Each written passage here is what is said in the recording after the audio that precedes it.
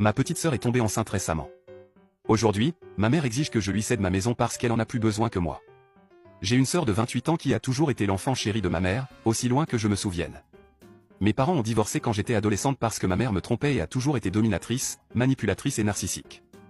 Malheureusement, ma sœur était comme sa petite fille. Notre mère semblait également croire qu'elle avait une autorité totale sur moi chaque fois qu'elle claquait des doigts. Elle les claquait et me donnait des ordres comme à un chien. C'était humiliant. Ma sœur la soutenait toujours. Après la séparation de nos parents, je suis allé vivre à plein temps avec mon père, tandis que ma sœur est restée avec ma mère.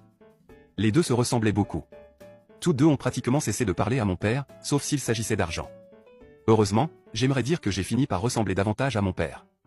Mon père était très orienté vers les affaires et a commencé à m'apprendre à faire son travail dès que j'ai eu 16 ans. Je suis devenu assez bon dans ce domaine. Après 12 ans de travail pour mon père, je suis devenu associé de son entreprise. Tout allait bien. Mais il y a environ 8 mois, une tragédie est survenue. Mon père était devenu quelque peu immunodéprimé parce qu'il avait été un gros fumeur pendant une grande partie de sa vie. Il est décédé à l'âge de 60 ans après avoir attrapé le Covid-19. J'ai rencontré ma mère et ma sœur pour la première fois depuis des années, après que nous ayons organisé les funérailles de mon père, à distance sociale, par appel vidéo. Mon père a été incinéré à sa demande et enterré dans un cimetière local. Ma sœur semblait affligée, mais ma mère avait l'air indifférente pendant tout ce temps.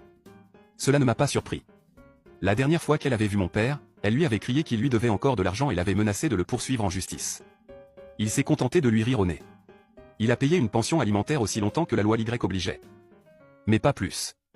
Il a même versé 30 000 € pour les études supérieures de ma sœur. 10 ans après le divorce, il n'était plus légalement tenu d'envoyer de l'argent à sa mère en raison de la décision du juge. Elle n'est absolument pas fauchée. Elle occupe le même emploi depuis près de 30 ans. Elle est pleinement propriétaire de la vieille maison familiale que nous partagions, et loue même régulièrement 2 de ses chambres à Airbnb. Elle ne manque absolument pas d'argent. Quelque temps après les funérailles, le testament de mon père a été lu. Apparemment, il s'était dit que si sa consommation excessive de tabac ne finissait pas par le tuer, quelque chose d'autre le ferait.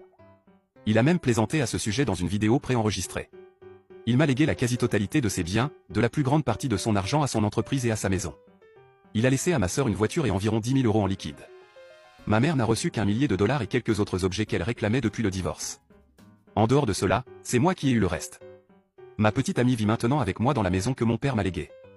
Ma sœur est passée de 2 ans d'études à l'université locale à plusieurs années où elle vivait au crochet de son petit ami et ne travaillait qu'à temps partiel en ligne. Pendant cette période, elle est tombée enceinte, mais a subi une fausse couche traumatisante. Je ne l'ai su qu'après les funérailles parce que nous n'avions pratiquement aucun contact et que personne d'autre ne me l'a dit. Lorsque le lockdown a frappé, l'emploi de son petit ami a commencé à diminuer petit à petit et il n'a finalement pu rester qu'à temps partiel. Cela a pesé sur leurs finances. Il en est arrivé au point où il lui a demandé de chercher un meilleur emploi, puisqu'il essayait de trouver un second emploi.